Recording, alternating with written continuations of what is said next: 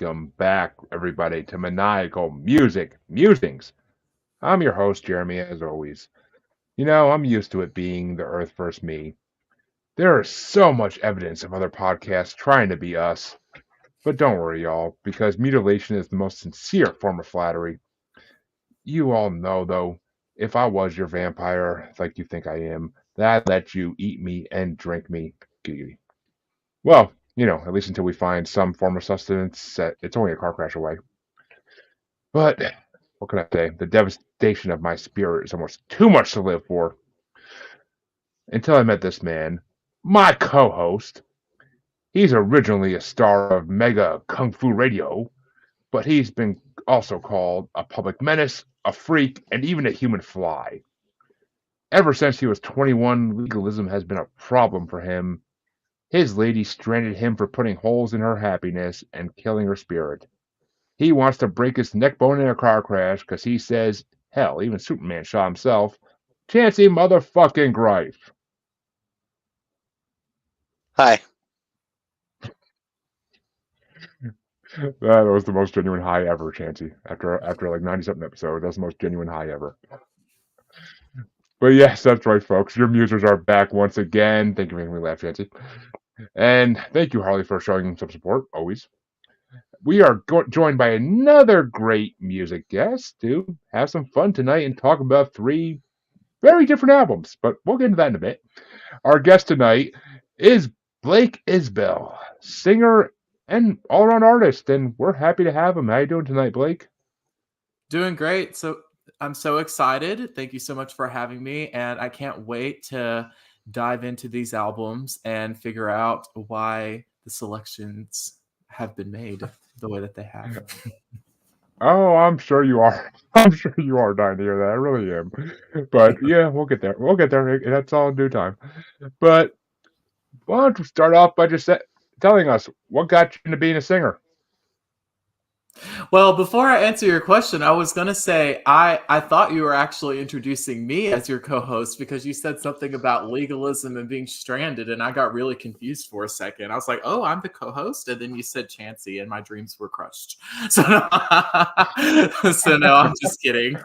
But what got me into being a songwriter? Well, teenage depression is when I started writing songs, and then I fell in love with it. I found it to be a way for me to express myself the best way that I could. And then it just kind of became just like kind of like some type of calling for me. Like, this is what I'm supposed to do with my life type thing. And it's kind of like my life's goal to document my whole life story over the course of all my music. And each album represents like a different chapter of my life.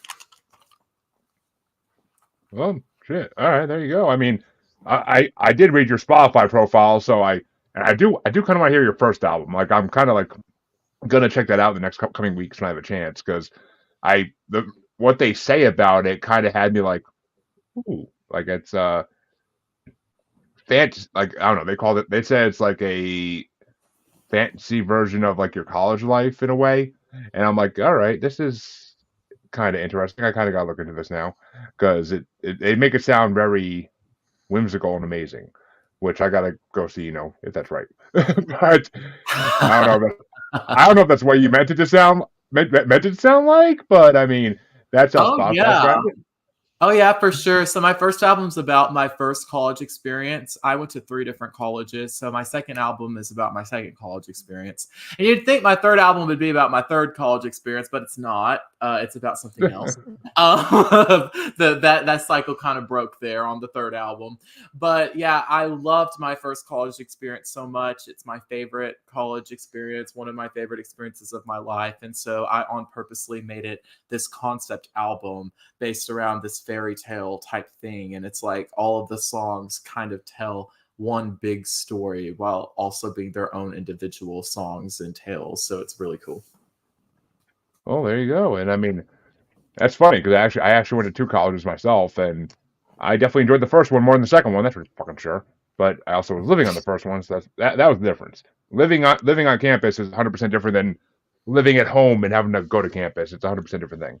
It's more it's more of a fun life. But well, what album did you want to bring us today, and why do you want to bring that one?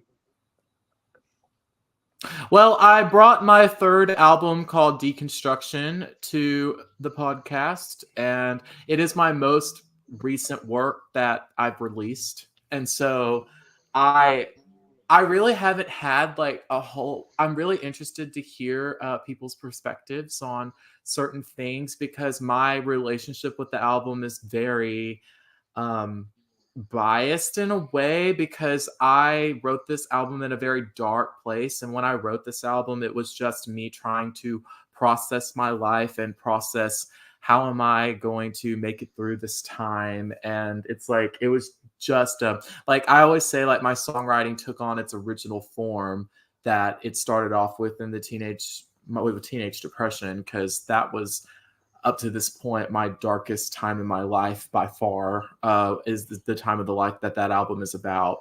And so the songs were like an expression of me trying to process things and get it out in a kind of a therapeutic type way.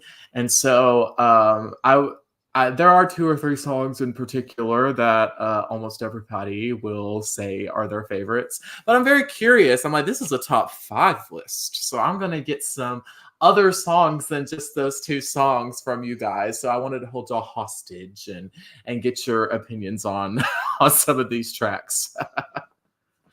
Well, as much as Chancy likes being held hostage, I will give my review first. Because since listening to this album this morning for a good couple hours, because I had to keep, like I told you before we went live, I had to keep rewinding because I kept getting like phone calls and having to go back and start tracks over because I'd be like, where the hell did I leave off? Or my phone would kick in and put it back in the music I was listening to in my car. Spotify can be a bitch like that.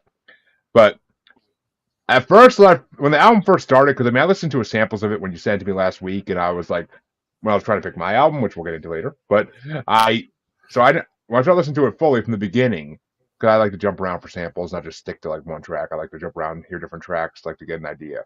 But starting with the first track, I was just like, at first I was like, I don't know about this, and then slowly as it got into other tracks, I was like, okay, I can relate to this. I can relate to that. I know plenty of people can relate to this track. Like, so I feel like it's very relatable music. Like, I feel like the themes are very relatable for a lot of people in today's world. And I feel like I can That's feel. I would say. It's too bad, but yeah. I see what you're saying, but I'm like, I'm sad other people had to experience those emotions that I experienced.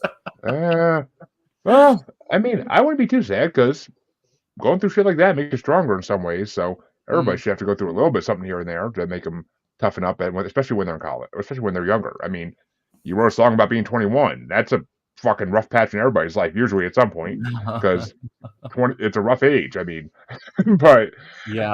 I mean, and you're not wrong. This album has dark moments. Those tracks I fucking love more than anything else because the dark moments are what I hit with. Like they send me home. I mean, if I had to make any critique about the album, the only critique I'd possibly make is I think you need like a female backup singer. That's the only thing I think would make it a lot better. You Is if know you had what's like a female. funny is there is a song on the deluxe version that has a female backup singer. Oh, I didn't see. I didn't even see a deluxe version on Spotify even. But then No, it's not released on Spotify. It's only on my website and on this physical version. Oh, okay. I was gonna say, like I always look for like different versions of albums when I'm on Spotify, like for the show, but I didn't. Yeah, I mean that's the only thing I could think. Like, I mean, because your singing is kind of country in a way to me, almost like it's kind of pop country, like similar. I guess is the best way to put it. I mean, so I mean, but not fully. So I would say either you needed to go either need to embrace like almost a full country with like a female backup singer because I think it would be a good like harmony. I think it'd be a good harmony. Like it's your voice because your voice is fucking incredible. Don't get me wrong. I love your voice. It just needs something else like to set it off, like that sweet voice of like since I know it's one of your favorites, maybe even like a Taylor Swift voice type thing almost. But Mhm. I or something similar. I mean, I don't know, either that or go full rock and put some guitar in that shit, man. I mean, like heavy Mhm. guitar, like because a lot of your dark songs, if you put some guitar in that shit, you'd be having people play that shit in like freaking clubs, banging that shit. Like Mhm. I'm telling you. So I I could see different with your music. And I could see like different ways that I think it should go. I'm not saying you have to listen to me. I'm not saying my opinion matters even, but just Yeah, that's very interesting because moving forward with my music, I on my first three albums I was really comfortable in my deeper register. And since recording this album, I've done more exploring in my higher registers of my voice, singing in my head voice and falsetto and stuff. So I moving forward, like in the pop genre, I'm definitely wanting to sing in my higher register more often. You like never hear it on this album specifically. You never hear it. But my producer said that he loved that. He was like, "Well, your deeper voice is like darker, and this is a darker album, so it really like." Is better with the vibe and stuff. And I'm like, okay. But moving forward, doing pop music, I'm definitely going to sing. I'm wanting to explore like my higher range of my voice, but also I have considered doing like more of a rock type album with the electric guitars and stuff as well. That's something I've been looking at. So there is some electric guitars on my second album. It is not it's more like a pop rock, and then there's also some country influences, but I knew because I have a few songs I released with like electric guitar that just goes crazy, and my listeners loved that. I'm like, I'm definitely going to want to bring back the electric guitar moving forward because of that. I mean, trust me, some of these and you're 100% right. Your producer's right. Like your voice does when the deeper voice tends to lend towards like the darker songs, almost in like a almost I want to say almost like in a Johnny Cash type way. Or there's actually another better example I'm going to give when I get to my top five because in one of the songs I heard it exclusively, and I Mm, kind of want to see your face when I say it. But mm. it's not bad. It's not a bad thing. It's not a bad thing. Trust me. But I will not. I'll let Chancy give his review because I got a lot more notes, but that's when I get to my top five. Well, top five plus. Well, I had to kind of revamp my critique based on information that has literally just been relayed by Blake here.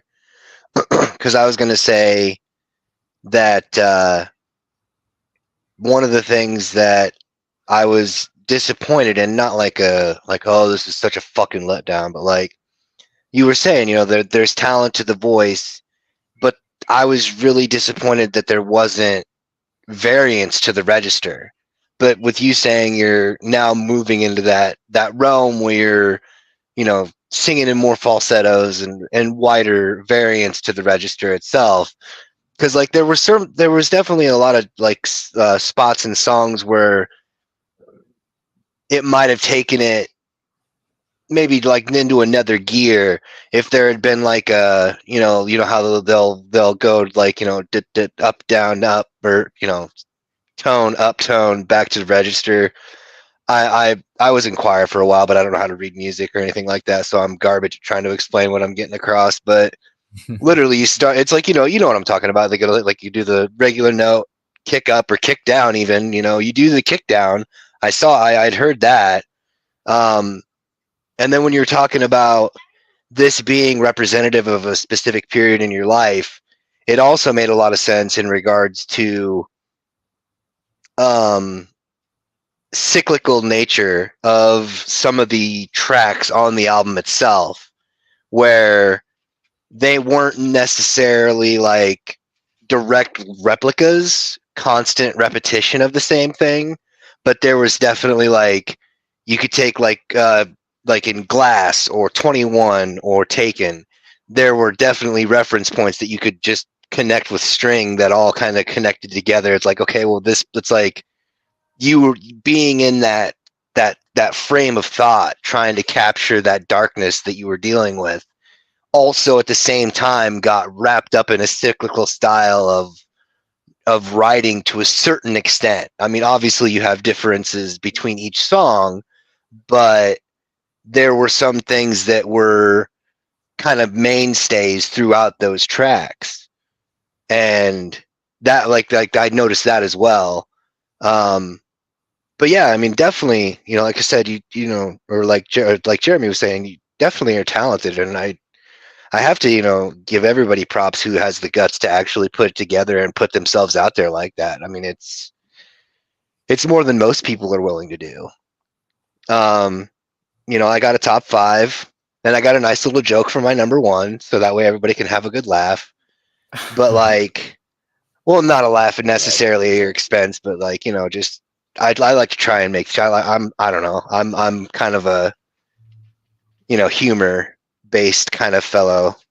But yeah, like I said, it's an example of the show where someone had once said that they really like it because of the fact that they're able to experience things that they wouldn't necessarily have come across without it. So it's definitely one of those things where, like, I'm glad that I was able to listen to the album, because it's not something that I would have looked for, because it's not necessarily in the Venn diagram of genres that I necessarily find myself in on a regular basis. But as far as that goes, like I said, I would definitely go middle of the road, more on the positive end than the negative end. I'll save my negative connotations and reservations for Jeremy's album, but that's usually how I do things around here. Sadly, he's not lying. He's not lying. But though I don't think you can do that too much today, but we'll see. Oh yeah, we'll see. Yeah, you'll see. You'll see. Well, wait till we get to yours, motherfucker. But I didn't know that I was allowed to be negative. Are you kidding me? No, this is a be honest, because shit. Okay. There was one episode where me and the guest spent the majority of the episode just shit talking Jeremy's album, just roasting him through the coals. Mostly just because it was funny. Yeah. Cottonmouth Kings got ass raped that day. But I always try to, even if it's something that I like absolutely don't like, if it's their album, I really try not to even be super negative about it, because of the fact, like I said, that it's more than most people are willing to do. Nobody's really willing to put themselves out there like that, and the fact that you're doing it now for the 3rd time, you have to at least respect that, even if it's not necessarily something that you would particularly listen to on a regular basis. It's but that might be because of the whole semi-musical background that I have, not necessarily trying to take away from it. Exactly. I mean, trust me. Well, okay. Before I say more, even, what are your top 5 in your own album? Because I know you said that you're happy you actually did this, because otherwise it would have been a freaking hard choice for you if you didn't think about it ahead of time. And as I told you, like, I love it when artists do this to their own albums, because it's the biggest challenge in the world. It's like asking me or Chancy to pick our top 5 episodes of our show. We'd have a hard time doing it. Yeah. Like 90-something episodes, it'd be a fucking challenge and a half. Yeah, it was really difficult picking a top 5, and I guess, like, I should give a disclaimer that this was my top 5 as of last night when I wrote it down. And whenever you're listening to this podcast, my opinion on what my top 5 is will probably have changed by then. I wouldn't expect anything less from a true musician or artist. I mean, that's kind of how it always is. It's never perfect and it's never done, but it will evolve. Yeah, and I'm also really glad that I did a top 5, because I wasn't sure if I was supposed to pick the top 5 for my album, but I did, just in case, and it was harder for me to do it for my own album than both of yours, and there's no way in the world I would have been able to do it on the spot. So I'm really glad that I got it beforehand. Oh, it's funny, because we've had ours, like, with their own albums, do it on spot before, and like it takes so long for them to even think. Like, they go back and forth so much trying to pick each one. I'd probably list 7 or 8 and try to pick between them or something. Do you want me to explain, like, just list my 5, or do you want me to go one by one and explain a little bit of why I chose them? Oh, explain. I mean, we like to Okay. hear the reason why things are picked. Okay. All right. Let's go. Are we ready? Oh, we're ready. All right. So at number 5, I have a song that I know are some of my listeners' favorite, and that is Glass, the second track on the album. So I have this. It made my list because I really love the production of this song a lot. Me and my producer, we came up with pretty much all the production just like on the fly, and I made a huge contribution to the production elements of the song, and I'm so happy with how it turned out because the song to me really like came to life. The whole idea of being close to somebody and it's kind of toxic, and you can't talk to them about problems that you have because they're gonna shatter, and in the process you shatter because you're not talking about it. And the song just really, I when I listen to it, I can really feel like the tension and the stress and the builds, and the production really helps a lot with that. And I also know that my listeners, this is a common song that people have told me that they really connect with on the album, and it's just fun for me to listen to. I love listening to it. It's really cool. I don't particularly think that the style I did on this album is one that I'm going to use a whole lot on other albums. I did try to get really creative with some of these songs and tried to capture like how I was feeling in that time of my life in the most creative way possible, while also trying my best to make sure that they felt like they went on the same album. And I put it on the list because I listened to it. Like I listened to it pretty well. It's very catchy to me, and I'm really proud of how it turned out. So that one's number 5. Number 4, I picked what is a lot of people's number 1. I picked Legalism for number 4. I had to put Legalism in my top 5 out of respect because I love it when people can really relate to and connect and love my music. Like, I really love it when I have a song that really reaches a lot of people in one way or another. And out of respect for the song, I had to put it on the list because I really respect this song as a standout track in my artistry.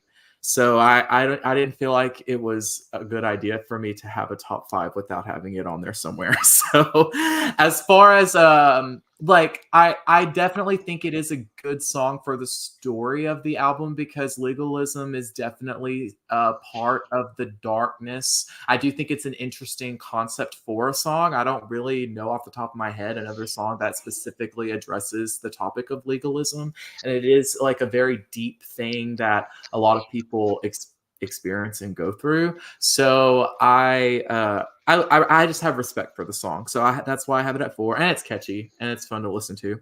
Number 3, I have the other single. Legalism was the lead single, and the other single off the album is Imbalance.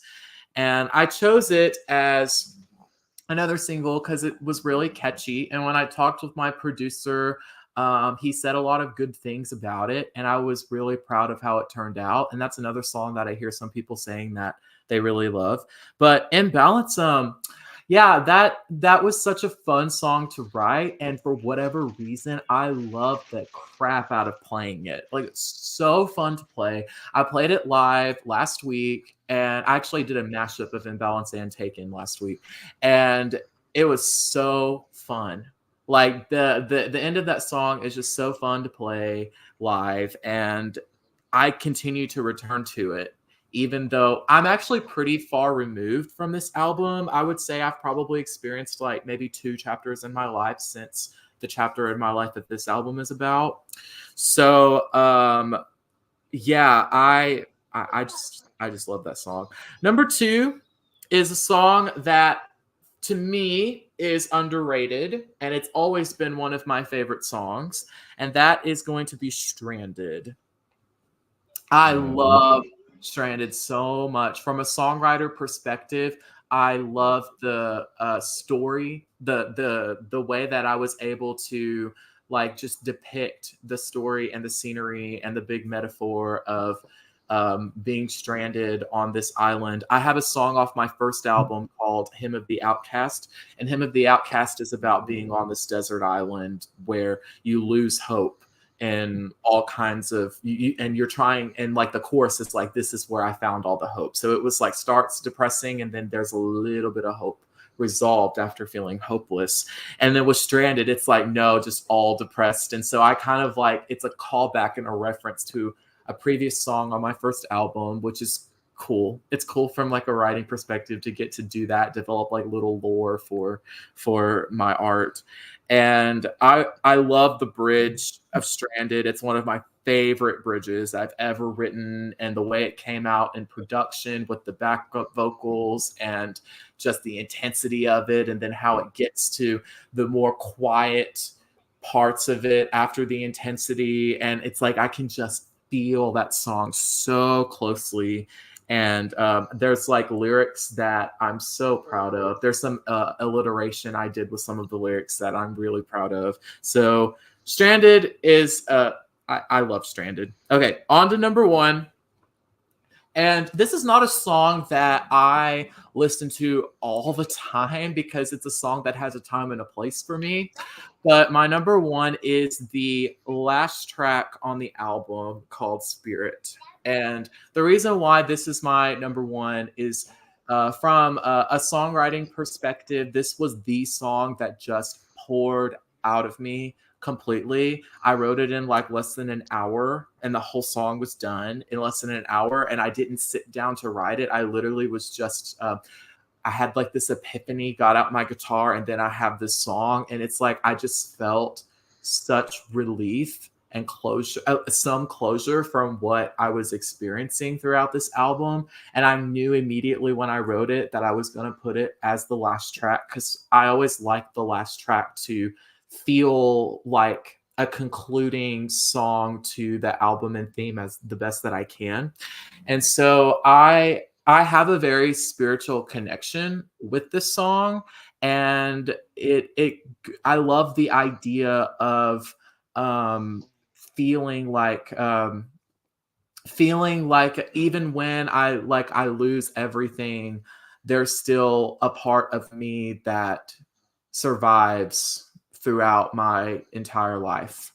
Like, you can take everything away from me, but at the end of the day, that little boy is still here, and I'm still doing my thing. And it's just it's really encouraging to me. And still, when I hit dark moments, it's a song that on a personal level really stands out to me. So I know that on my own merit, and a song like songs, I use music sometimes for therapeutic reasons, and that song is one that really connects with me. And so out of just like thankfulness that I have this song for the rest of my life, I think this is the song I'm most thankful for having.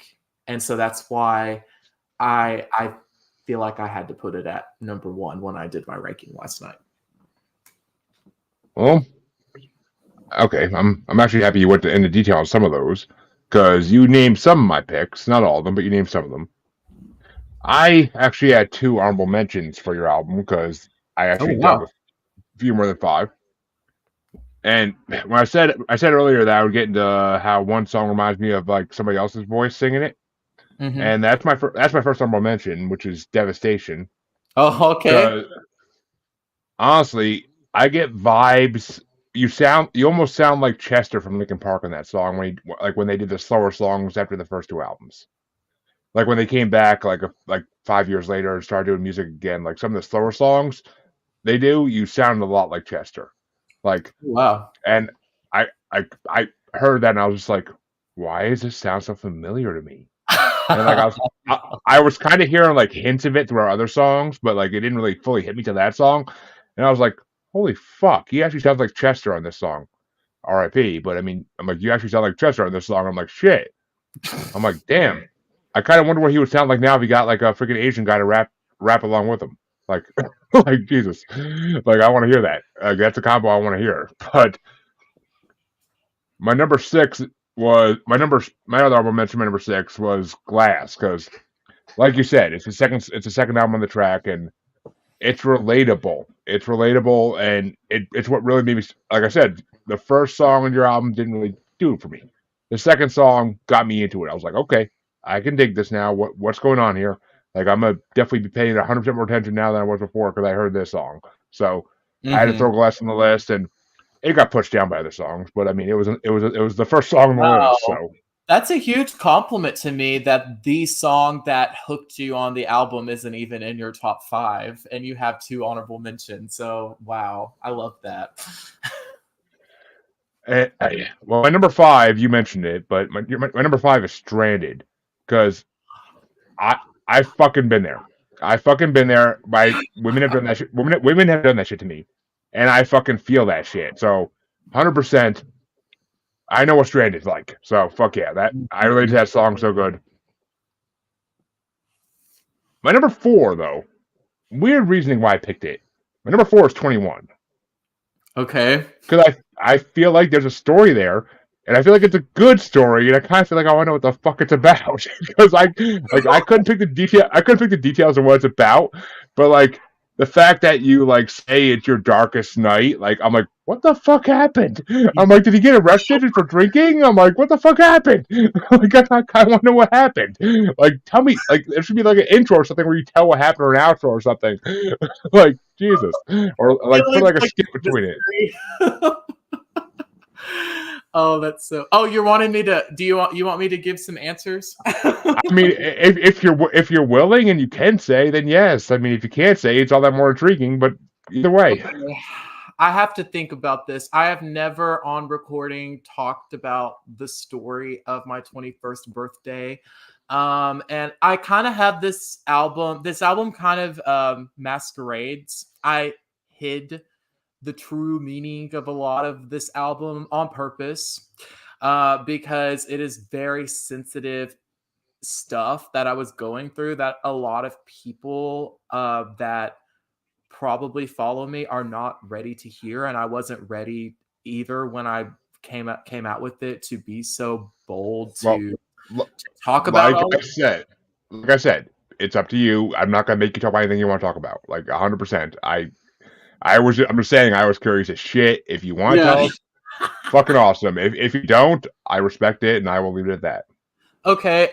So yes, my 21st birthday is what I would consider to be my darkest night. Every time I have a birthday now, I'm like, oh great, yay, my birthday. It's like actually on my most recent birthday, I wanted so badly to just like get out there and have the best birthday ever instead of just like dreading it. But so it has to do with what birthed this album. My 21st birthday is what started it all. It's what started this really dark chapter. It had me completely deconstruct like everything that I believed in and thought was reality, and who I was before I was 21 is not the same as who I was after I was 21. And I guess like to explain what happened on my 21st birthday is I was about to graduate from a very fundamentalist Christian college. And I had a drink of alcohol way off campus on my 21st birthday, and somehow they found out about it, and then I got suspended 2 days before graduation. And then I had to like redo a whole lot. I lost thousands of dollars. I lost a lot, and it made me like I used to be like this really devout Christian, and it was like everything to me. And then this album was like I completely deconstructed everything. So I guess that's like the short answer. That's very revealing. I've never revealed that information before. So yeah, I do not think fondly of my 21st birthday. And that's kind of the event that happened that kind of started this dark chapter. Well, any of my fans or followers who knows me knows I have a pet peeve of a hatred against organized religion. So Okay. Well, sounds 100%. like I picked a good podcast to reveal it on then. You did. Which honestly, you answered a question I was gonna have about my number one pick as well. So fuck yes, and I'm so happy I picked the album I did now. I really am, but because it just lines up even better. But my number 3 pick was Spirit because What? Okay. the drums at the end. Holy fuck, that drew me in. Like the drums at the end drew me in. And it was like an anthem. It was like an anthem, and I could fucking relate to it. So I was fucking down for it. Like pretty much most of your songs are softer than the music I ever listen to, whether it be rap or rock. And I'm not a country fan by any fucking means. Like no. So I mean, all your songs are softer tones than I usually am used to. But that's not gonna stop me from liking it because Chancy has introduced me to a lot of softer tone music over the last 90 episodes, and some of it I like, some of it I fucking hate with a chagrin that has never been known before. But some of it I like, and so softer music has grown to me. I mean, I mature as I get older, so I like to think of this. I like to think. Chancy may disagree, but my number 2 was because this touches on my fucking soul. Too much to live for. That was my number 2. The fucking Suicide song, because of how fucking dark it is. Like, fed my soul, fed my heart, like fed the darkest side of my mind, and I was like, oof. I'm like, this shit will turn you the fuck on. Yeah, like it's so dark and but also so uplifting at the same time. I like dark and uplifting. It's a weird combination, but I fucking love it. So I dug it, dude. I fucking dug that track like nothing else. Like the only reason my number 1 beat it even is because something I already mentioned, but my number 1 was Legalism. Because I was gonna ask you, like, okay, are you religious or are you falling out of religion? Like it was at points it was hard to tell which way it was going, but that was on purpose. I mean, I'm sure, but Legalism, like, now you said that, I know I was right when I assumed it was all about the lies of religion, and I was like, you won't get in unless you have no sin. Like, I fucking love that line. Like, I fucking love that line and the way you deliver it. Like, that song blew me the fuck away. Legalism is fucking incredible. Legalism and Too Much to Live For both got added to my Spotify like list. So. Oh, wow.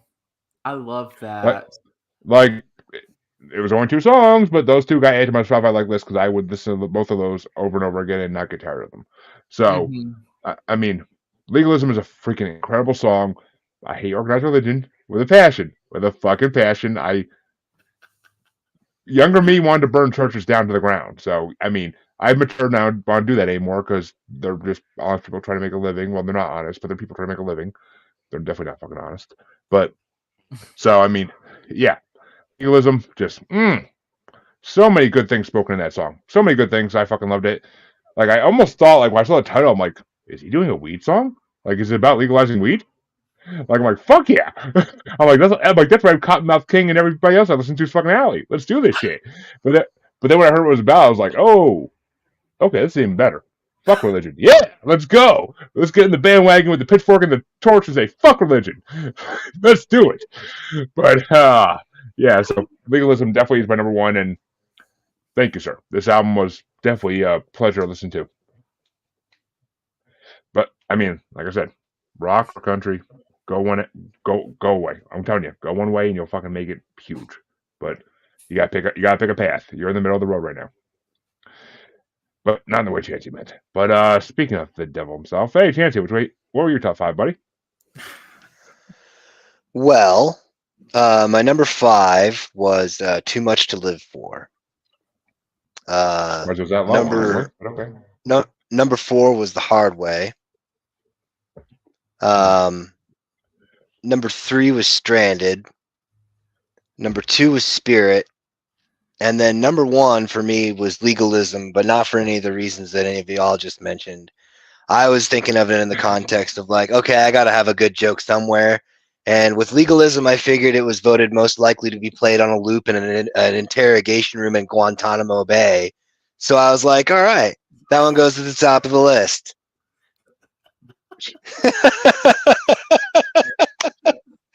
You got him. But okay, I'm honestly, okay. Wait, what's the one song? Hard to. The Hard Way. The Hard Way. Yeah, that actually was a good track too. I didn't vibe with it as much as other ones, but I did like that one. I just want to say, like, that was close to making an honorable mention, but it's just like, you're being too selective. You're not being selective enough now, Jeremy. You gotta fucking step up your review game a little bit. And I was like, all right, I got it, boss Jeremy, I got it. I'll calm down.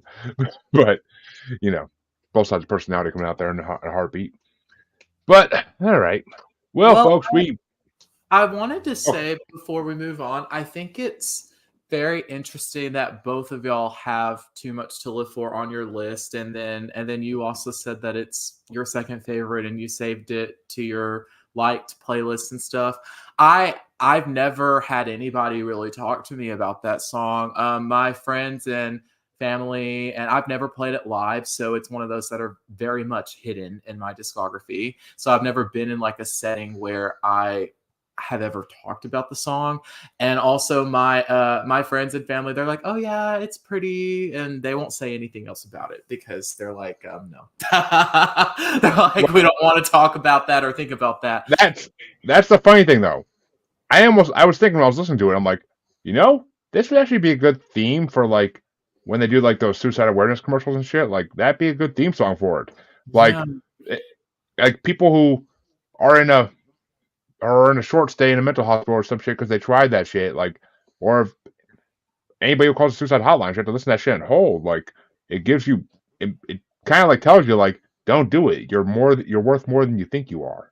Yeah. Like it's a good message. It's a good message. I mean, it's dark, but darkness is needed sometimes to reach people like that. So I fucking think it's a good message. Yeah. Well, thank you. I was not expecting that song to be on anybody's list, so that really is a big takeaway from me that both of y'all love that song.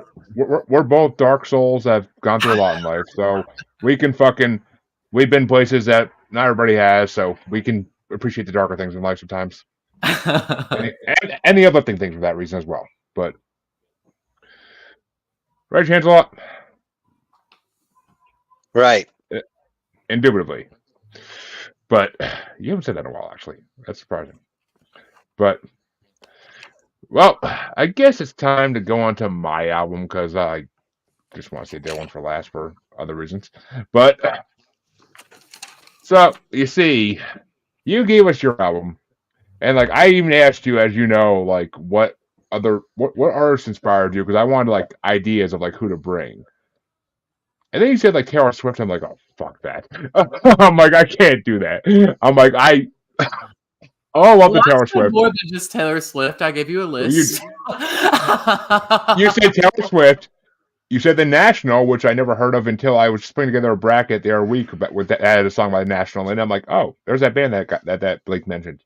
And I do like a lot of soft-spoken stuff. That's the type of music I like, and you said that that's not really what you listen to, so I understand that. Yeah, I mean, don't get me wrong. We've had fans of Taylor Swift on this show. We've done a Taylor Swift bracket on this show for somebody else's birthday a year and a half ago. But, I mean, all songs picked by her, too, by the birthday girl. So it wasn't even like a top actual ranking list or anything by any magazine or something. But Taylor Swift has songs I can like, but not songs I'm going to love. I mean, I'm a Nightmare Dressed as a Daydream. Like, that's the one song I love. But I can't think what the fuck it's actually called at this moment. But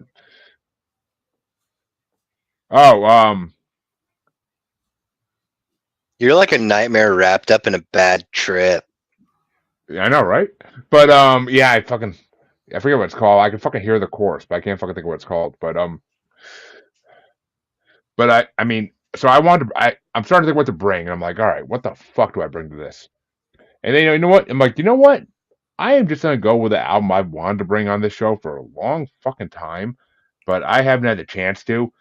And I mean, Chancey at this point already mentioned something to me about like, I think this is a religious CD, and I'm like, oh, okay then. Well, I'm gonna fuck with this dude, and I mean, not like completely fuck him because I could have brought so much worse, but like, I'm gonna bring something that's the opposite of religion. And now that I found out that you're fucking falling out from religion, you're anti-religious in a way almost.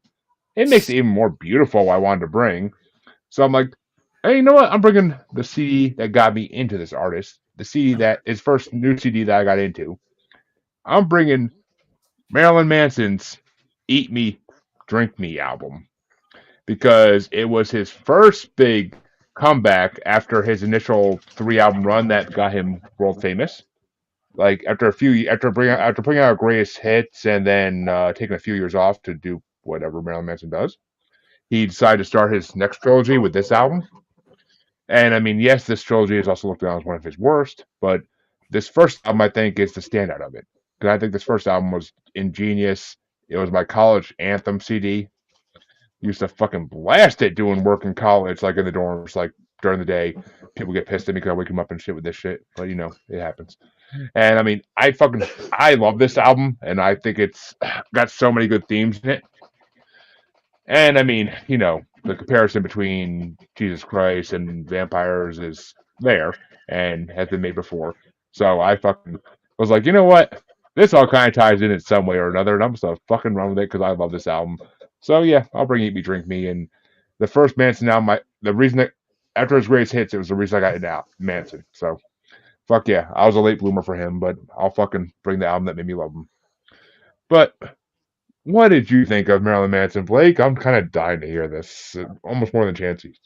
Well, I kind of figured that this one was your album since your title is Hell's Not Hot, But I Am on the podcast. And also you introduced Chancey as being like something about kung fu fighting, and I was like, yep, okay, I know whose albums are who now. Yeah, I'm gonna give it away too fast. It's like right off the bat, I'm like, I know whose album belongs to. And there were some musical things that I really liked about the album. I will say that, like I mentioned before, I typically do like softer type of musics, and I know. Every once in a while, like there actually, believe it or not, are some like people, like artists from this particular genre that I do listen to, but typically I like I have to be like in a certain mood for it. I have to either be really pissed or I have to be like in a car at night, like in a crazy mood. Like those are the two particular moments that, and both of those don't happen a whole lot for me. And so I really want to experience this album in one of those two settings. Me just listening to it, preparing for this podcast, I was not in that frame of mind, you know, for that. So I think that I will. It's one of those albums where I liked it the first time I listened to it, but if I were to listen to it in the right state later, I'd be able to jam with it a lot more. I mean, you're not kidding. Listen to this album when you're in a fucking heartbreak like mode, and like it is fucking orgasmic in a way, like because it's all about him breaking up with Dita Von Teese. Like that inspired this album. Is their relationship ending? There's some references to Rachel Evan Woods in it as well, one of his older relationships from the '90s, and I mean, it's just a lot of it's about like heartbreak and fucking. I mean, that's actually why I thought tied in your album a little bit well, because there's a lot in there about, there's a little bit in your album about like not being able to trust people and like love lost and shit like that. So I kind of feel like the themes kind of tied in slightly enough for me to say, okay, I made a connection. There you go. But Sir Chance a lot, because I know you don't hate Marilyn Manson, so I kind of want to know what you think of this album. Of all the fucking Manson albums you could pick to bring to this goddamn show, you picked the one fucking album that I actually could has this. Shut up. It has the one song on this fucking album that literally made me give up all hope for him as a musician. So like I was a fan of Manson's like from Jump, right? And I knew he had taken a break and he released the greatest hits, and I saw on MTV they used to do a thing called like making the video or behind the video or whatever the fuck the name of that shit show was. And what it would do is they would like do a behind the scenes like documentary vignette on a upcoming album or the song in particular, and then at the very end they show the actual music video, and the video in question is fucking heart-shaped glasses. I saw the video for that fucking song, and I was like, all right, Marilyn Manson's fucking dead to me. Get the fuck out of my face, you fucking grifting fucking trash heap. And it took a while for me to get back on the wagon with him, because like it was just like you'd said, that next series of 3, there was not some good stuff. It was just. I mean, don't get me wrong. The High and the Low is his worst fucking album ever. It's tough. It's a neck and neck race between those two, this one and that one, I suppose. But yeah, I mean, it really was disheartening. For the first thing of Manson coming back, you're stoked. I think I was in high school. Well, I don't think I was in high school. It might have been. I don't remember when this. I was in college when this came out in 2007. You were not in high school. Oh, 7. Yeah, no, I wasn't in high school. I was watching it on TV. But still, I'm barely 23 at the time, so like I'm stoked about Manson coming back. And then I see that video, and it's the first exposure to that next upcoming album. I didn't even bother. Like you bringing this to the show was the first time I listened to this album in its entirety. And I was just like, okay, I guess I'm glad I listened to it, but I didn't miss anything for the past, fucking like 16 years since they came out. But I still got 5 out of it. I mean, plus one of these songs was in our Halloween songs bracket a couple years ago, so I mean, yeah, I know one of these songs for, but I mean. And honestly, that I know the video you're talking about. I actually kind of enjoyed it, and the music kind of fucking overwhelmed the video being like not that well put together. But I mean, I don't know. It was kind of a new Marilyn Manson, same industrial, same grungy sound that he always had, but just new, like different, a little bit different. I understand your opinion to the best of my ability, but I don't see what you're talking about. Without Twiggy, there was no chunk. There was no low end. Like it was not anything like the previous 3 before it. Well, it was such a dramatic departure that was what was so off-putting for me. Well, dude, if you make your fucking musicians do circle jerks with you before you go on stage, then obviously some of them are going to eventually be like, I'm out of here. Fuck this shit. Like, it's Marilyn fucking Manson. I mean, not everybody's going to stay with them. I mean, I haven't heard Twiggy do shit since then, so apparently he just went. He joined back up with Manson. I think he left again, but I'm not positive on that. Because Marilyn Manson has gone through a lot of fucking. I don't know if there's any musician in his band that's the same as it was when he first started. I think they all left eventually to do their own thing or to fucking get up with somebody else, like whatever. But I mean, I know Ginger left at the same time Twiggy did, so yeah. But I don't think Ginger ever came back. I don't think so. But I mean, he was an OG. But and I mean, you can't even compare Manson's 3 first albums to this. I don't think, because you can't compare masterpieces to later in careers. That's like our guest the last episode who like likes the original Beatles, and then like they come back from India and they're completely different. Like I think he just like it's the same thing. Like you can't compare the masterpieces at the time to new stuff they're trying. And I don't think he actually delved that far from his original music style. I really don't think he did. I think it's very similar in style. I can hear Mechanical Animals in this. I could hear uh, Golden Age of Grotesque in this. I can hear a lot of elements from other albums he did in the first three in this. So the only one that's really not shown in this is Antichrist Superstar, but you don't bring that anywhere else. Antichrist Superstar is its own fucking masterpiece. You don't touch that. It's meant to be an album and it's meant to die there. Like he kind of brought it back in some of his newer stuff with like on the Born Villain album and the last two albums that dropped from him. Like he kind of brought it back somewhat from Antichrist Superstar, but not fully. He never has gone back to that level again. But I mean, he can't nowadays, or he'd be canceled in 5 seconds. But anyway, I had 5 honorable mentions for this album because this album is fucking incredible. I didn't do it. I didn't pull Jeremy. I didn't pull Jeremy and bring the whole album. Close enough. You're close. It was close enough. My first honorable mention is just a car crash away because of the guitar solo in the last minute is one of the best guitar solos ever. Like it fucking is just so fucking amazing. And the whole song is pretty damn good. But number 9 is Are You the Rabbit for the Alice in Wonderland fucking callbacks. Like I love anything that has to do with Alice in Wonderland because it's just one of the trippiest stories ever written. So anything that relates to that I fucking love always. Number 8 is the title track, Eat Me, Drink Me.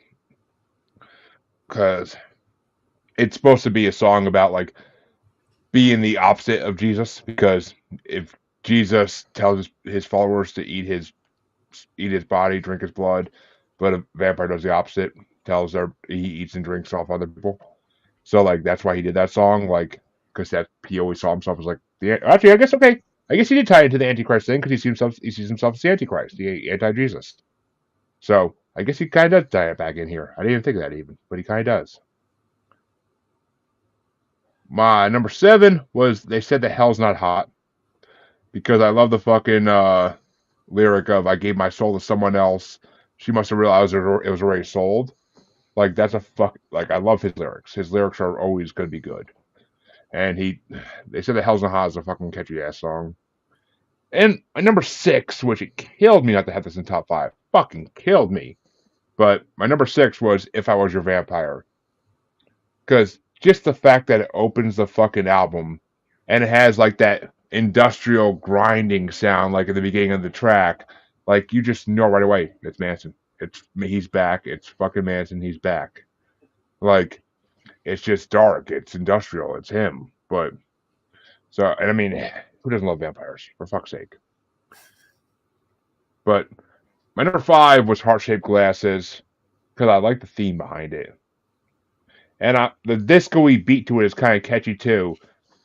The whole damn, like that shit's catchy as shit. Like it's almost he was doing this shit before them, so I'm not even gonna say it, but it was kind of Lordy-esque in a way, and Chancy knows what I'm talking about. But it was kind of like that disco metal feeling. So I mean, I liked Heart-Shaped Glasses, and I like the chorus. Don't break my heart, and I won't break your heart-shaped glasses. Like, don't break the fact that I'm actually in love with you, and I won't break the fact that you think you're in love with me. Like, that's genius. That's fucking so genius the way he puts it. But my number 4 is Putting Holes in Happiness, because who hasn't felt that way? Like, their happiness was being shot apart by a fucking gun. Like, who hasn't felt that way? Like, I fucking love that song. Number 3 was Evidence, because it's dark, it's twisted, it's Manson.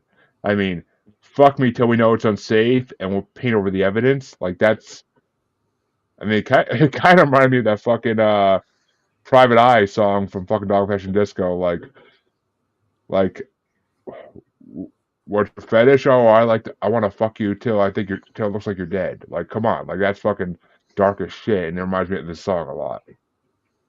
And plus, it's catchy. It's Marilyn Manson. It's always a catchy song. My number 2 was You, Me, and the Devil Makes Three, because I fucking love like the rhythm. I love the rhythm in that. I love his vocals in that. Like it's just classic Marilyn Manson to me. Like so many callbacks to freaking Golden Age Grotesque in that song. And my number one, because I hate people who copy off other artists to some degree. And so my number one is Mutilation is the most sincere form of flattery, which was originally supposed to be called Rebels Without Applause, but they changed the name at the last minute.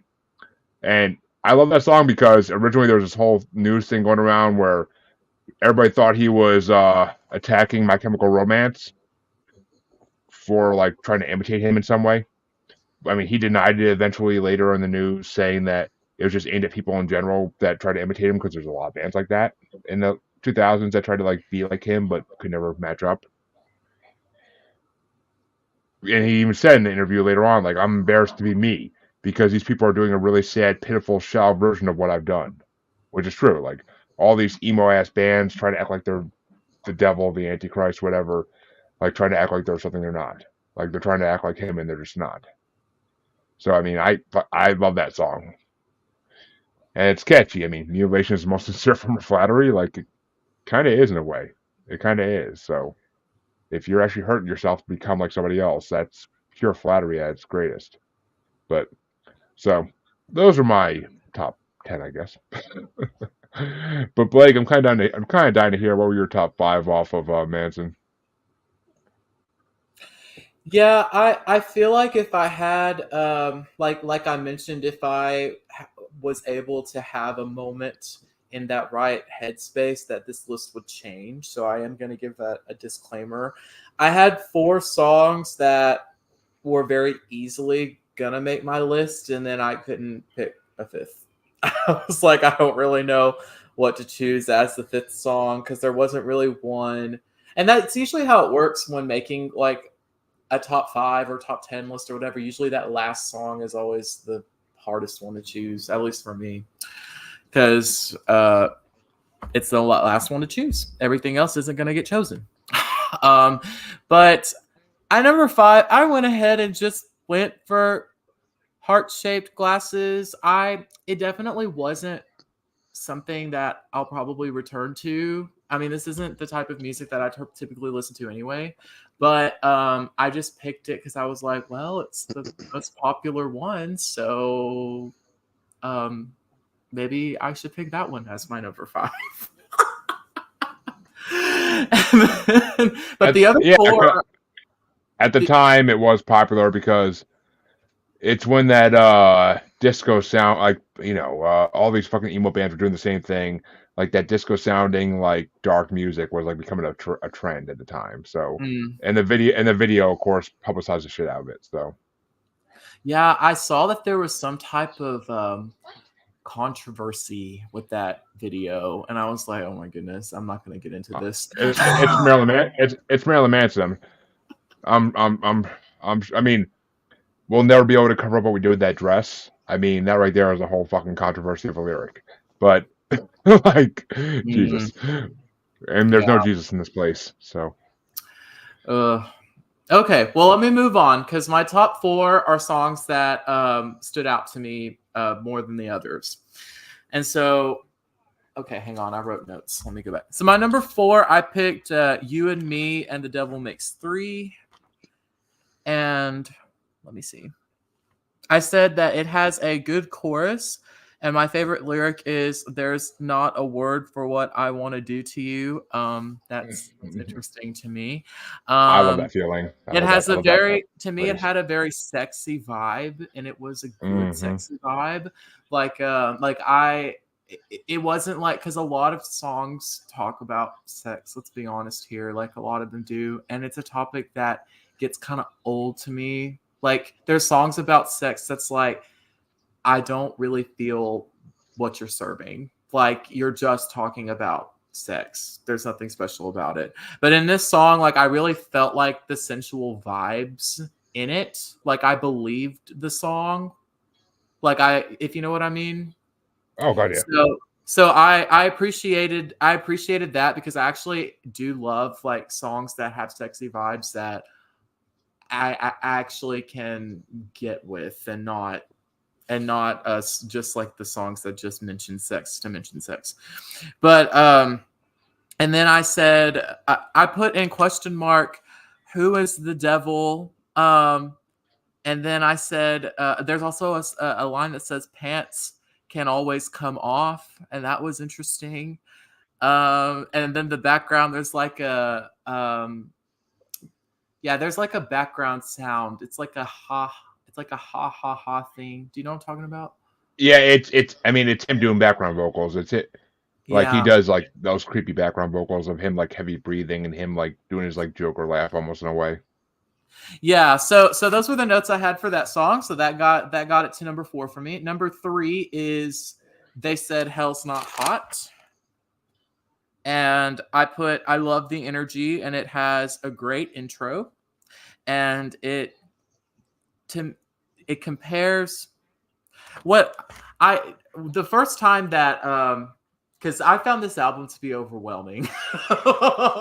So I really do I could completely be off the mark with what some of this stuff is about because I was confused a lot. You're not. You're not wrong so far. So. And so what I said, it compares Love Life to Hell and says hell is not worse because it's not hot. Well, I mean, it's some artists have said it snows in hell, so that who knows? Yeah, but I said I mean it's. Sorry, go ahead. You're right. No, you're right. You're right. I mean, and I mean, in my understanding of that song is he's talking about like a bad relationship because like you're in hell, it's a bad relationship, but who's saying it's not hot? It can still be hot at the same time. I mean, angry sex is one of the best forms of sex. So. Oh, okay. I get you. Okay, that's what I was missing. That makes it better. Okay, I said it has a great chorus and the electric guitar. I love the electric guitar. I'm a sucker for the electric guitar. You're right. You're right. The intro, the guitar intro to that song is fucking like astoundingly good. Mm-hmm. And then for number 2, I put If I Was Your Vampire. Mm-hmm. And I said it's very aesthetically pleasing, and that's something I really appreciate. I really appreciate a really good aesthetic. Like it really was giving vampire to me, and I just love that. And as a songwriter myself, like I really try my best to pay attention to aesthetics in my songwriting. And so when I see other artists do that, I actually don't see it too often. I don't see it often enough. People paying attention to aesthetics in songs, and I really appreciate the aesthetics. That's why I have it this high up. And I said the chorus comes in really strong to me. The bridge was nice. Blood-stained sheets in the shape of your heart. That was sexy, and it was creative. The outro was unexpected to me, and it really made like the song even more wild and sexy. And that's something I really love about like a good outro. I love those outros where like you don't expect them to come. I mean, sometimes you can look and see, oh, there's still 30 seconds left in the song, and so like you can see that there's still song left, but in some cases, but like sometimes an outro really makes the song. And I just felt like the outro was very appropriate for the song, and it made the song stronger to me, and it really like delivered the whole thing pretty well. So that was a very well-rounded song, and I really love the aesthetic. Like you said, who doesn't love vampires? I do think it's mysterious and fun. My number 1 is Putting Holes in Happiness. So I said, I love the illusions. I really love the illusions. As a writer, I also am a sucker for a good illusion. And for people who may not be aware of what an illusion is when you mention a famous character or film or piece of literature or whatever it is. You mention it, and then you kind of like have your own spin on it.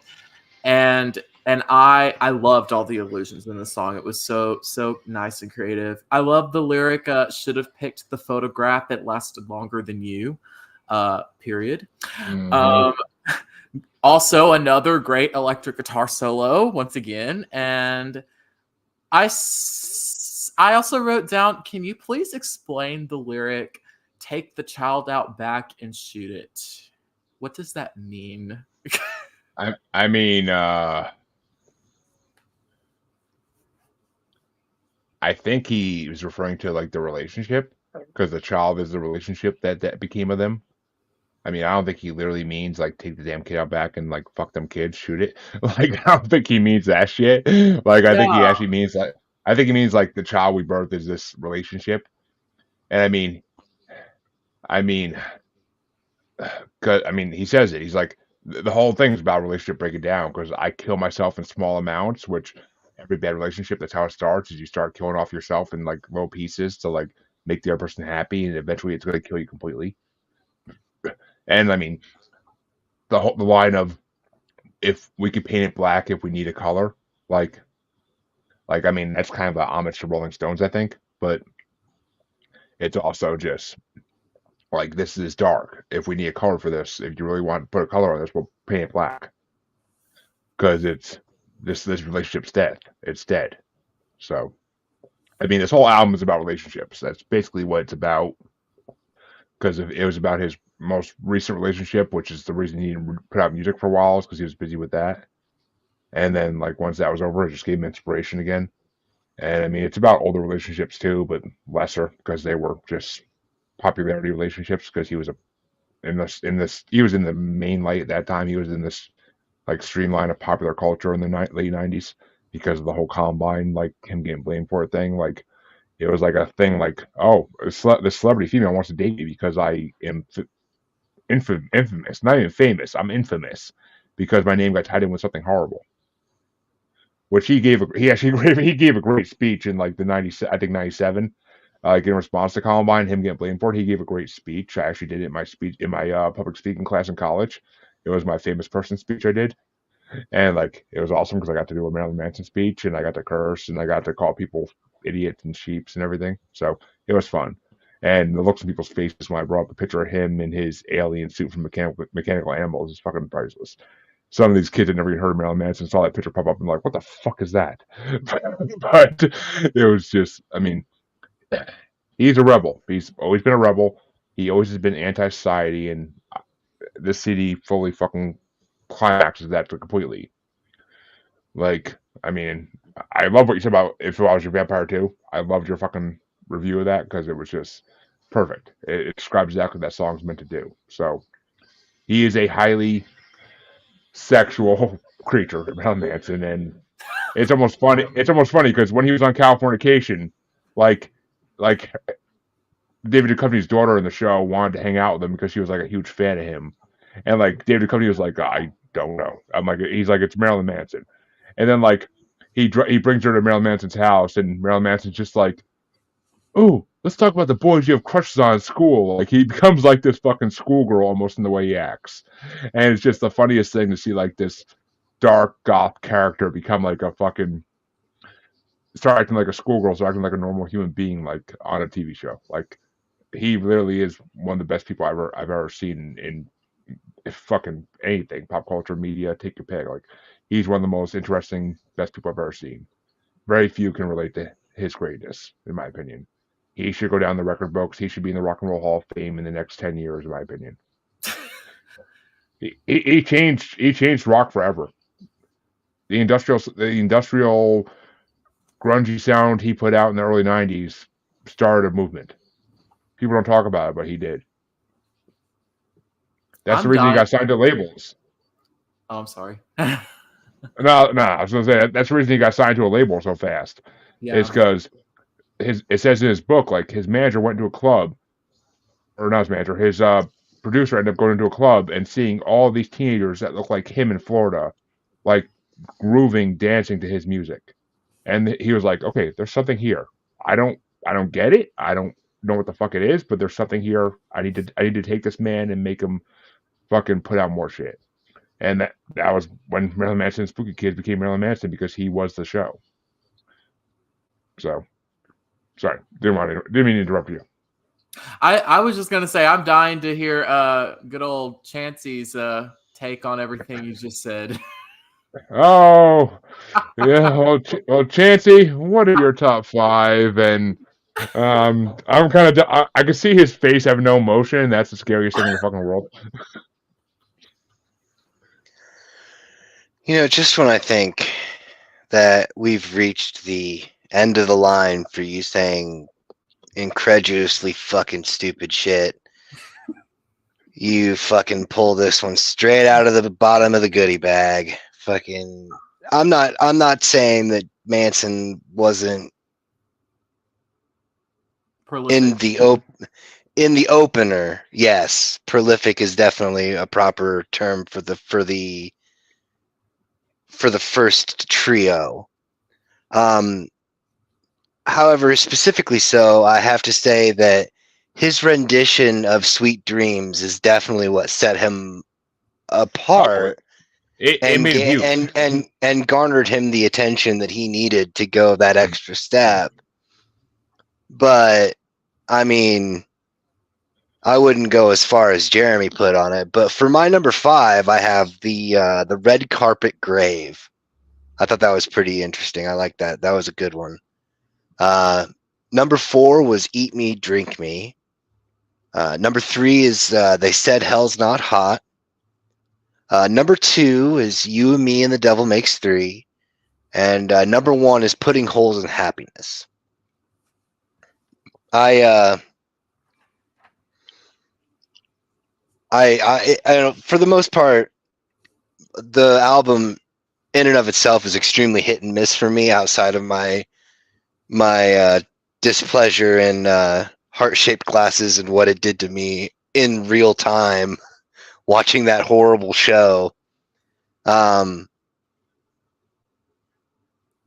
Like I said, I'll have to go back and revisit some of the later stuff that came out after this one, but it really signified for me the falling off point. And I don't remember exactly when it was when he hopped back on the awesome wagon to really start, doing better than Born Villain, his 2012 album. That's when he really started getting back to himself, like back to his because I mean, it really seems like he's just like phoning it in for the most part. But I don't feel that. There's a lot of emotion in this album that he's putting forth. I mean, I don't think he's just phoning it in. Like, it's a lot of stuff he was really feeling at the time. No, and what I mean by phoning it in is like not pushing the envelope musically. Well, because he became the Antichrist superstar. He need to go further than that. Like, there's nowhere else you can go besides that if you want to become the most hated. Like, him and Insane Clown Posse were the most hated musicians in America in like fucking late 90s, early 2000s. Like, come on. Like, there's not much further you can go than that. Well, I mean, we can agree to disagree on that, but he could have easily, when Twiggy left, he could have easily found a studio player that had the similar style and sound and kept at it, and still deviated from the norm enough to make it to where it's not just the same thing being churned out like a cookie cutter, album release. I don't think it is. I mean, he's no. I'm saying that's what he could have done. I'm not saying that that's what happened. I mean, yeah. I mean, I don't. Because you said there's nothing he could have done after Antichrist and all that stuff, but that's not true. Because I mean, he still encapsulated a lot of that angsty animosity in things like Dope Show. And that one, instead of it being like, if we're going to compare, like Beautiful People to Dope Show, Beautiful People is an extremely guitar-centric song, and Dope Show is an extremely bass-centric song. Yeah. Both of which are exceptionally awesome and come together very well. But it's just, I don't think he should have. I don't think he should have jumped on the wagon for the disco rock, and that's just how I'll always feel about this section in his discography. I mean, that was only for this album. After this album, he I mean, there's his next album had a Western sound on one of the songs. He went different. He was trying out different things, trying to find his place in music at that point. I think Yeah, makes because sense. it was a different time era. It was a different time period. It wasn't the end of the millennium. It was now the beginning of a new fucking century. And what the fuck is he gonna be? Like, who is he gonna be? And he found it. I mean, in one of his newer albums, they even got a quote from his dad, and his dad straight up said, like, "Oh, it'll make you wet." Like, I mean, his dad's. If you read his biography, his dad's a fucked person. But I fucking love his biography, The Long Hard Road to Hell. Like, it's an amazing book. Like, I read it in high school and I fucking loved it. I actually want to reread it one of these days because it was just so fucking good. He even tells a story how he lost his virginity in it. So, it's kind of. And he dispels all the rumors about him, like the fucking removing his rib rumor and shit. So, Well, I mean, there's been so many different artists over the course of history that have been accused of removing the rib to do some salacious, ignorant stuff. Manson's definitely not the first on that one. I mean, we're talking like Alice Cooper was alleged to have done it. I mean, it literally there's a lot of like basically anybody who was controversial and shocking from the 70s into the 90s, they were like, "Oh, I heard that he did this." It's like, Jesus, guys, how many? It's like, do they have a small club where there's like a yoga? Is it like a hot yoga class? They get together and I mean, do the thing. It's some salacious fellatio. But I mean, come on now. So it's also known as salatio. I love that. But actually, I might have put it in the title this week. I just might have to. But I guess it's finally time for Chancy to tell us what album he wanted to bring forth this week, and my God, why? Well, you know my routine. I get the list. You tell me what you're going to bring. And then I go to the old trusty like list and then I hit shuffle. And it just so happened that one of the songs that played was this particular band. And it's the debut album of Power Man 5000. Which, I mean, in all reality, Zombie, Manson, and PM5K were kind of the exception to the rule for rock in that 90s time frame between Rob Zombie's solo album, Manson's exposure, this album, which is Mega Kung Fu Radio.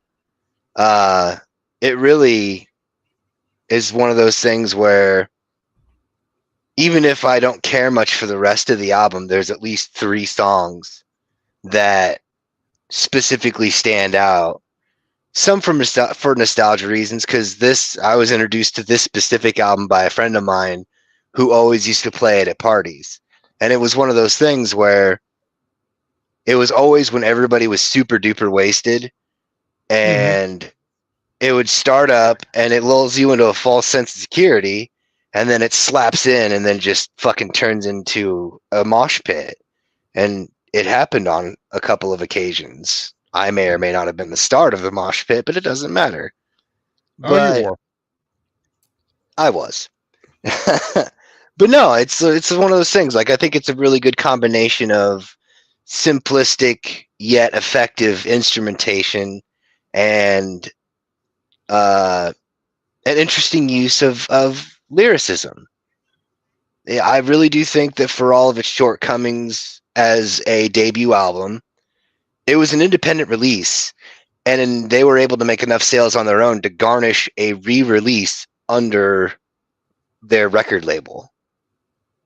So, I mean, not everybody can say they fucking did that. So, I picked it. And you pronounce the town name wrong. It's Mega Kung Fu Radio. Well, if you're going to go that route, it's Mega Kung Fu Radio.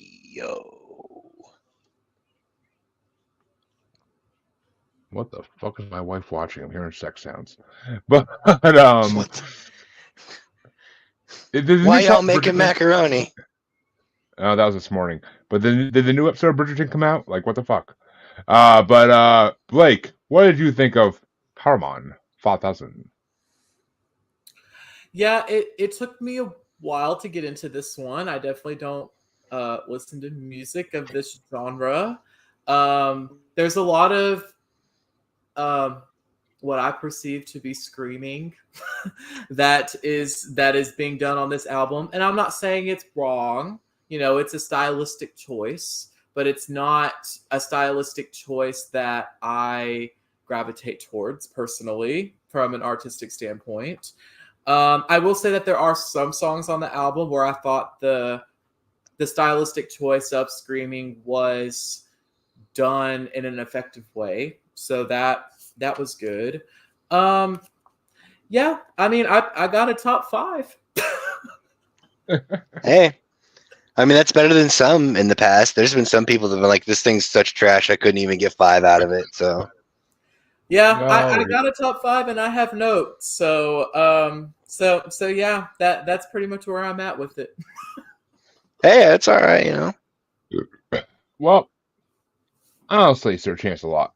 I got some mixed feelings on this one. I mean, I I've heard the name Power Man 5000 before, and then I looked him up to figure out why I knew it, and I was like, oh, the Dudley Boys theme song. That's why I know that name.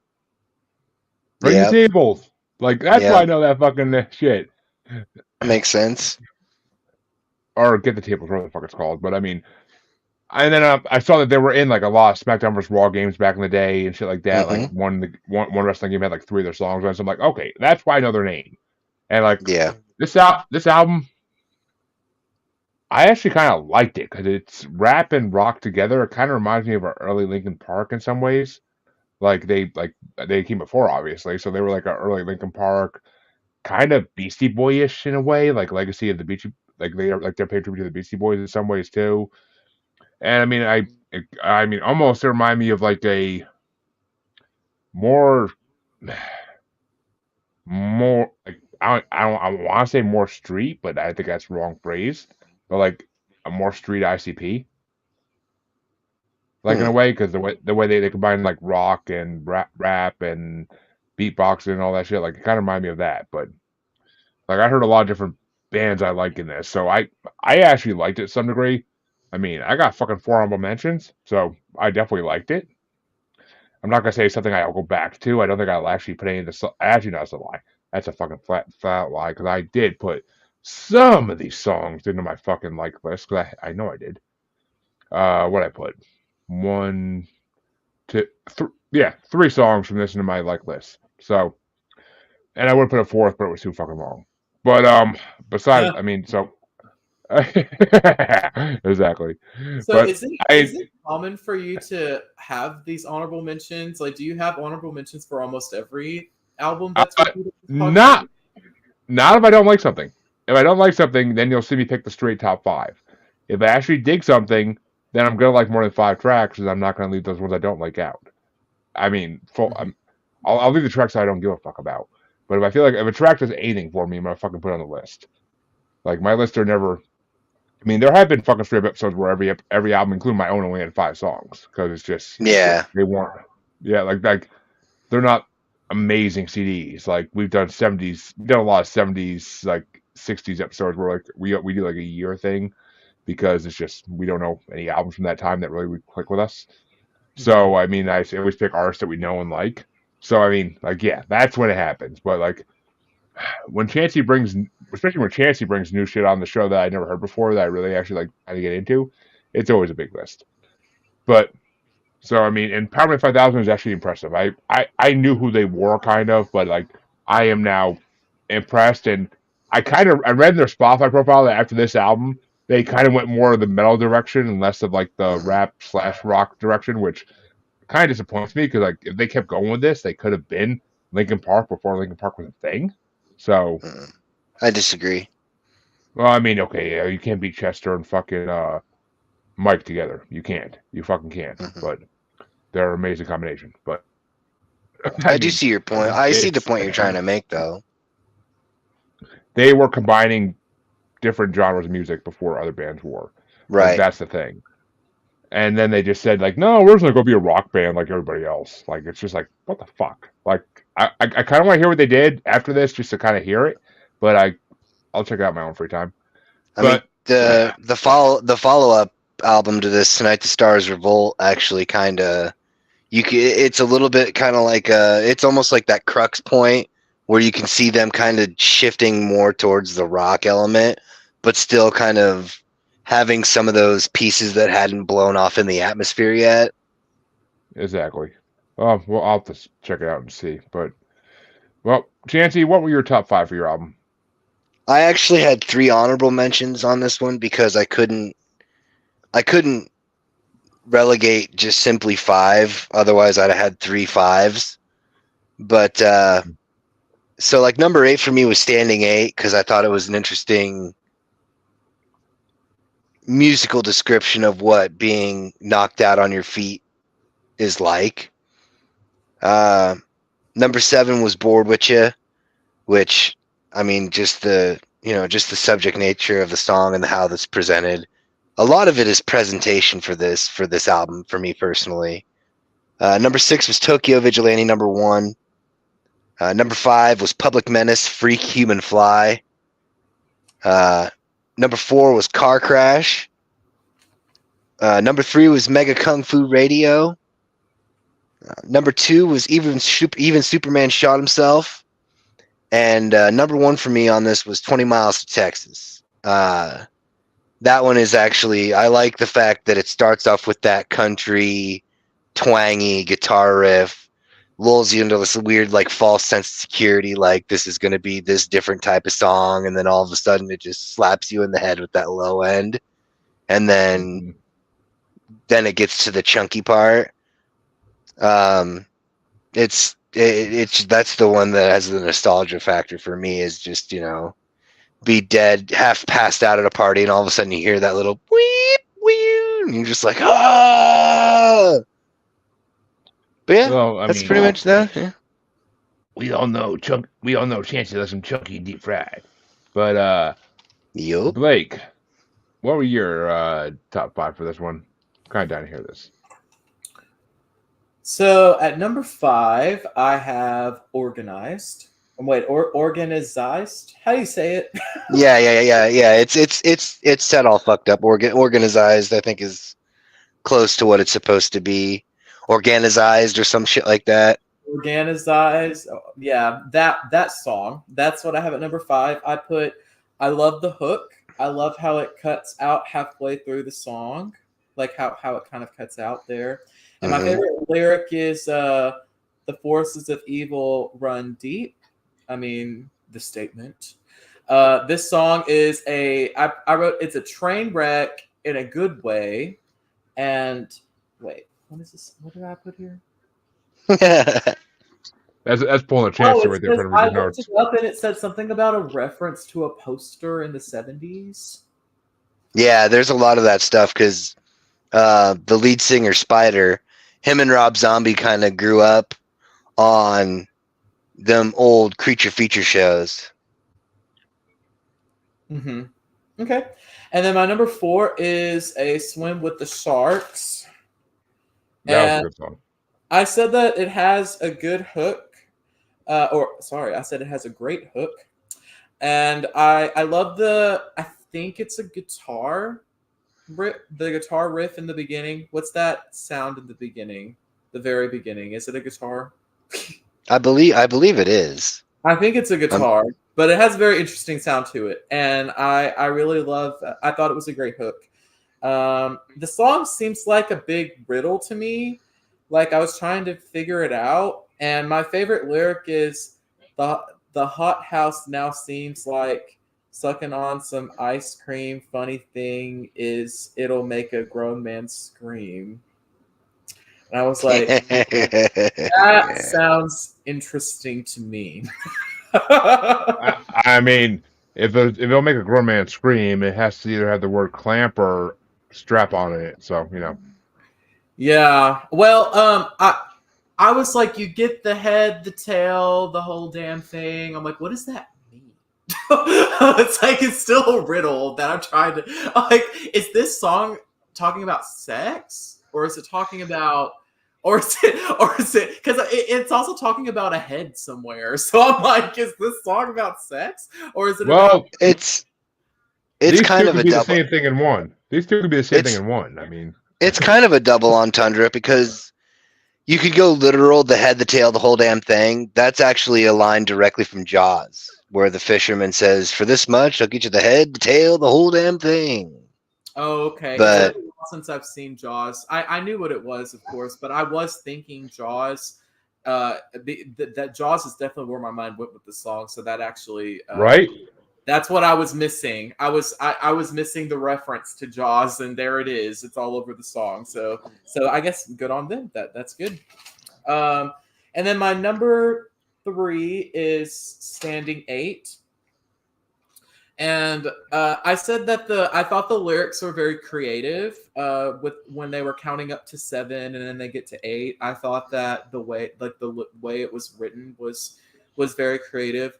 And I did some research because I'm actually not a boxing fan, and I saw something about Standing 8 as a boxing reference. Is that correct?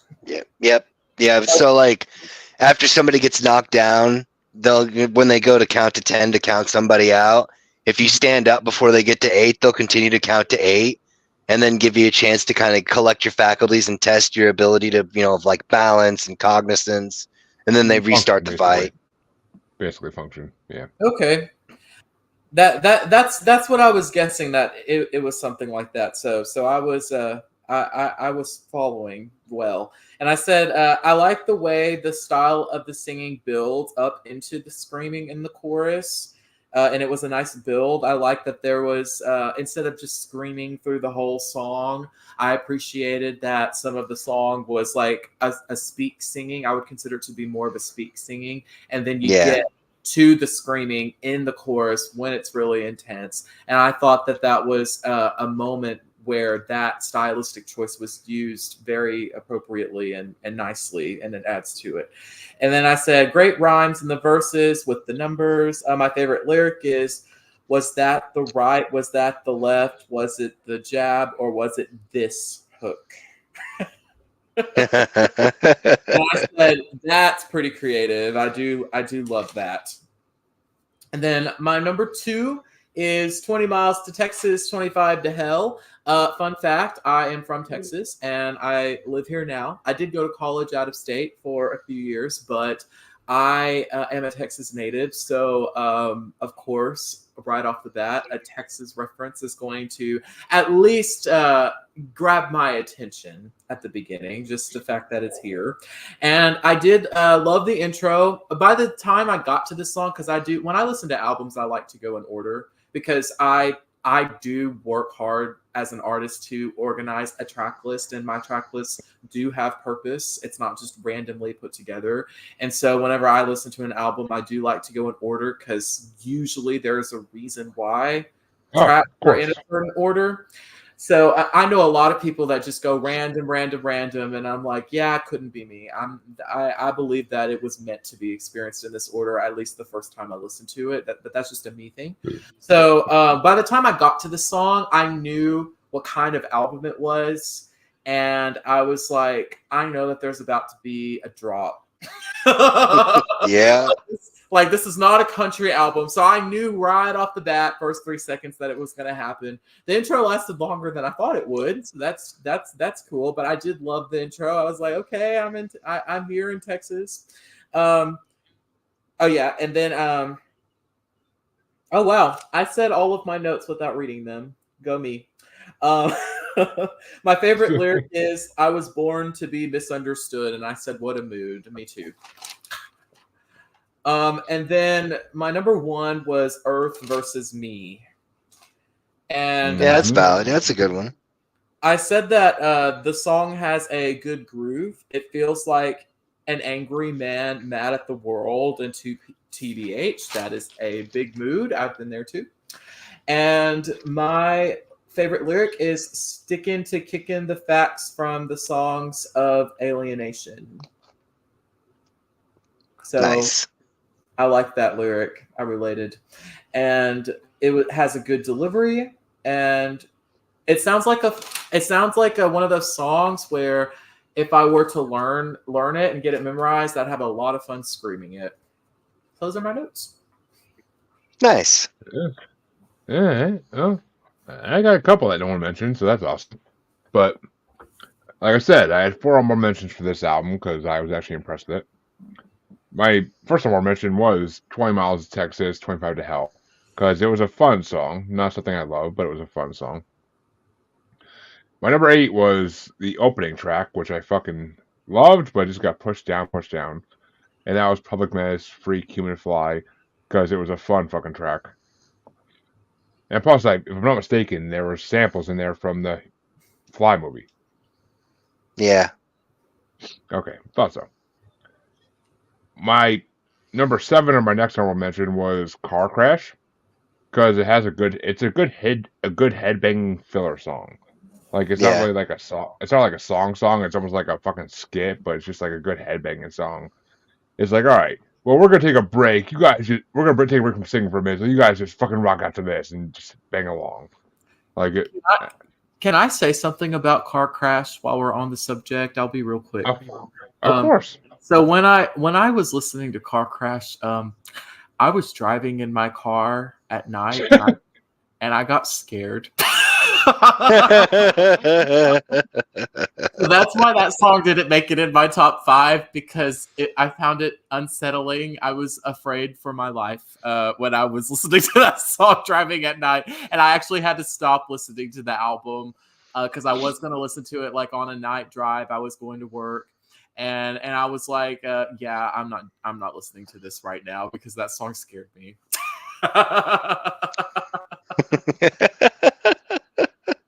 All right. That makes sense. It makes sense, honestly. But my number 6, my last honorable mention was Standing 8, because it was a good song, but and my number 5 was Mega Kung Fu Radio, because I like songs that are kind of like gimmicks, and that was kind of like a gimmick, so I kind of enjoyed it. My number 4 was Neckbone, because I love the funky bass intro. Like it was a really funky, like soul music 70s intro, which I dug. Mm-hmm.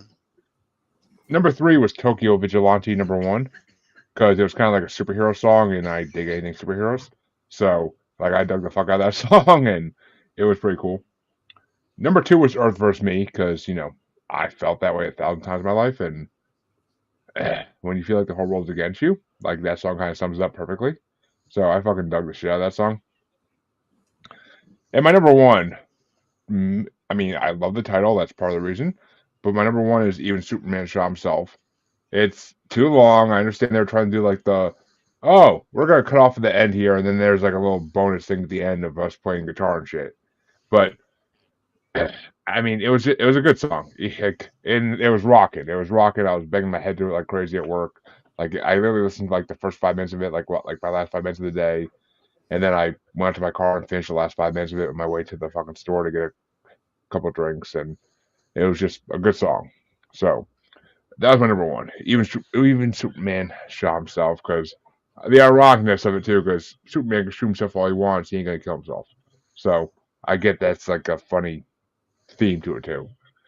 But so yeah, good job, Chancellor. You brought a decent CD. You've been actually a roll lately. I'm a little impressed here. But we'll see. I'm sure you'll fuck it up eventually. But I will.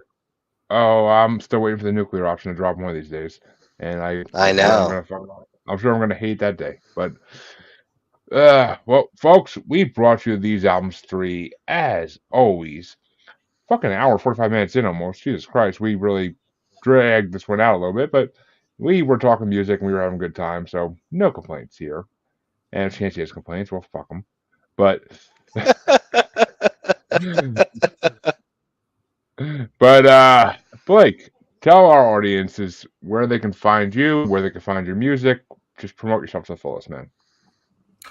So my website is www.blakeisbell.com. That is BlakeIsbell.com, and there you can find physical versions of the album, and you can also find a nice little way to communicate. You can send me a message on there, and I respond to all of the messages that are sent to me. So if you have any personal questions or like there's something you ever want to say to me or reach out, that's probably the best place to do it. And then to find my music, it is on all streaming platforms. So if you have YouTube has some lyric videos and music videos, and then Apple Music, Spotify, all the good things. And then my third album was accepted to Pandora, which surprised me because apparently Pandora is selective with what they allow on their platform. So I thought that was interesting. I was like, okay, you chose my third album. Nice. I don't know why you didn't choose my second album. I feel like that's arguably more commercial, in my opinion. But it was an honor. I was like, hey, I'm on Pandora. And it was a moment. So that I didn't know that a moment that I didn't know that I needed to have. So Pandora listeners, third album's on there. And then for socials, at Blake Isbell Music, Instagram, and then Facebook is also Blake Isbell Music. And those are my plugs. Well, I mean, now you know how Zeus feels. You got on Pandora, just don't open that box because then we'll all be fucked. But I will say thank you for coming on, buddy. It's been an amazing show, and I love that you actually did the homework. A lot of artists don't do that. They just kind of say they didn't get shit, and when they did, so what do they appreciate do? If you don't do it, then like what do they just sit there and not give a top 5 Yeah. or something? Yeah, exactly. Oh wow. But yeah, and you are more than welcome to come back on any time. We will gladly, whenever you want to release, whenever you have an album coming out, or if you want to bring on one of your old albums, whatever, or you want to bring on someone who inspired you, we are forced to listen to anything. So, but I mean, oh yeah, we're doing Taylor Swift next. It's a joke. I know you don't like Taylor Swift. It's fine. I don't hate her. I guarantee if you brought an album on, I'd have a top 5. I guarantee it. But I just I don't like the popularity. That's the thing. I am not a person who likes popular things, so I do not like popularity. I like people who are hated, people who are not even qualified as like real musicians, even though they are. Like that's the way I go. That's the way I go. But yeah, you're welcome back anytime. Anytime you got something new you want to promote, feel free to hit me up. We can always work something out to get you back on. And Chancy, where can they find you besides wallowing as the human fly? Well, Instagram and TikTok is the Red Eye Roundtable. X is Red Eye Table, and Facebook. The scavenger hunt is still afoot. I have not yet been found again on this as of yet. I'm not throwing it out. I'm not throwing the baby out of the bathwater just yet. I'm sure it'll happen, and when I least expect it, and somebody will bring me something that they know that I'll have to bring on the show, but will begrudgingly do so. But yeah, that's pretty much it for me on that. Damn, I thought when you checked your message request and shit, that someone would have found you, but nope. Not. Nope. Well, you can find both your musers folks as uncensored, untamed, and unapologetic U-Cubed Podcast Collective on Facebook. You can find us on the Gram and X Baby as Agile Bastard. You can find us on TikTok as Agile Bastard Podcast. And you can find us on YouTube as Maniacal Music Musings, where we stream live every week. And be sure to check out. We'll be off next week, folks. It's the wifey's birthday, so if I record, I'm going to be dead.